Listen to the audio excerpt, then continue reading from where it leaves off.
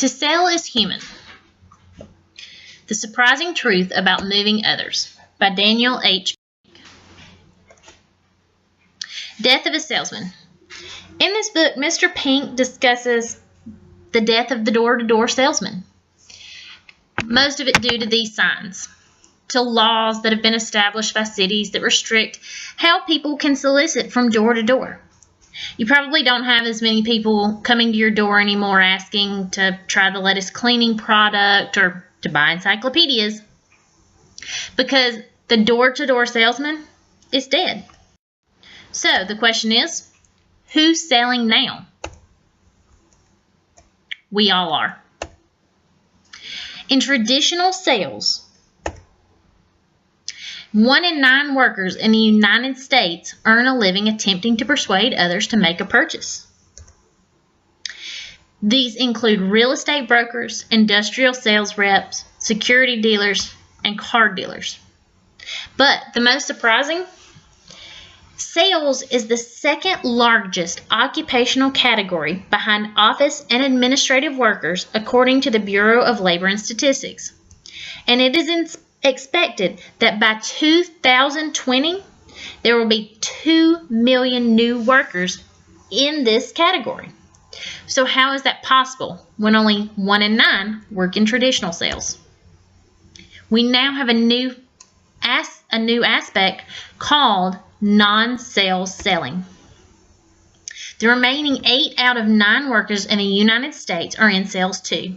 They are persuading, convincing, and influencing others to give up what they have in exchange for what we have. These include lawyers and detectives, but also your future soulmate on Match.com. Think about a lawyer. A lawyer's in the middle of a trial. They're talking to the jurors in the juror box, and they're convincing them. They are selling them on a verdict. They're telling them exactly what they should come back and say that this client should get. A detective. If you ask me, a detective has a hard job when it comes to interviewing a possible suspect, because that detective, they're not selling a trip to Aruba. They're not selling a night at the Hyatt. They're selling a jail cell. They are convincing someone to waive their rights and to buy a jail cell. We're no longer selling to people, but rather moving people. We are encouraging them to part with both tangible and intangible resources to get what we want.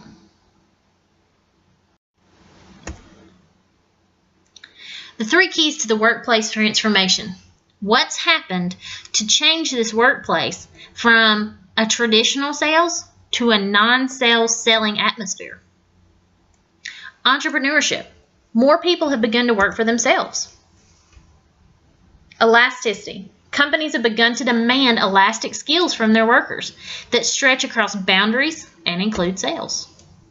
And finally, EdMed. As the economy has transformed, more people have begun to work in education and healthcare. The rise of the small entrepreneur. In 2012, 30% of American workers worked for themselves. Research firm IDC estimates that by 2015, the number of non-traditional workers worldwide will reach 1.3 billion. And according to UN Marion Kaufman Foundation, 54% of individuals in the 18 to 34 generation either want to start their own business or have already done so. The makers of entrepreneurs, it's actually funny because it's what everyone assumed would kill the entrepreneur. Technology. You now have Etsy. 875,000 active shops with over 400 million in sales yearly. Smartphones. We have created an entire industry with the use of smartphones. We've created the app industry. People are beginning to work for themselves when they're creating these apps. They're creating apps that maybe just help us pass the time or maybe actually save us time. But an entire industry is now employing a whole new generation. And Square. Square allows the entrepreneur to do their job from anywhere, along with these other aspects of technology. Elasticity, doing more with less. Employers are discovering that customers' needs, understanding the products, and building something that someone will be moved to purchase has to be done by someone, and it's being done by the employee. A slow economy and intense competition have forced companies to do more work with fewer people doing varied tasks. For a company to stay in business, they are relying on the employees to find the new needs. Companies have opted to remove the typical sales division in favor of having all employees involved in some type of sales. Companies of all sizes have opted to have employees wear multiple hats. One of these is sales. This may be in the field or in the office, but it's not just the small companies any longer that are requiring employees to stretch their talents. Finally, EdMed, the fastest growing job sector in the United States, education and healthcare. It is expected that healthcare jobs will grow at double the rate of any other sector over the next decade. Teachers are selling students on a possibility. They're convincing students to get good grades in order to graduate, in order to get good jobs, in order to live the American dream. They are selling students on the American dream with no proof that they can get there. Healthcare workers are selling patients on a lifestyle. Maybe it's a pain-free, med-free lifestyle. Maybe it's a physical therapist convincing a patient to do exercises that hurt, that take up time, but that will better the person's lifestyle. For Lazo, an inner-city teacher at a Sacramento high school, said it best when he said, "Challenging people to do something we want them to do doesn't work, but challenging them to do something they want to do does." So let me ask you, are you in sales? Let's take a little test. Do you earn your living trying to convince others to purchase goods or services? If you answered yes, then you already know you're in sales. Do you work for yourself or run your own operation, even on the side? If you said yes, then you are in sales. Probably a mixture of both traditional and non-sales selling. Does your work require elastic skills, the ability to cross boundaries and functions, to work outside your specialty, and to do a variety of different things throughout the day? If you answered yes, then you mostly do non-sales selling. You probably throw in a mixture of traditional sales every once in a while, but you are in sales. Finally, do you work in education and healthcare? You're in sales. You are in the new world of non-sales selling. Now, if you answered no, then you're not in sales. But let me ask you a question. Think about getting your 4-year-old to take a bath or your significant other to go watch a movie this weekend. You're selling something. You're selling time. You're selling yourself. You are in sales. If you're convincing other people to give up something in order for you to gain it, you are in sales. Now, there's a misconception of sales. When you think of sales, what do they look like? They may be a little slimy and fake, dishonest or pushy. Let me ask you a question. Is your view of sales accurate or outdated? The belief that sales is distasteful because it is deceitful isn't as wrong as it is woefully outdated. There are no natural salespeople. We are all naturally salespeople. Go back to your child or your significant other and selling them on a movie, selling them on a bath. You are naturally a salesman. Moving others. Mr. Pink's book focuses not on selling others, but on moving others. How do you move someone? By being attuned to the individual's, groups, and context. What's attunement? Attunement is the ability to bring one's actions and outlooks into harmony with other people and with the context you're in. I want to do a little test with you. With your dominant hand, snap your fingers 5 times as fast as you can. Now, as quickly as you can, use that same hand to draw a capital E on your forehead. Go ahead, I'll wait.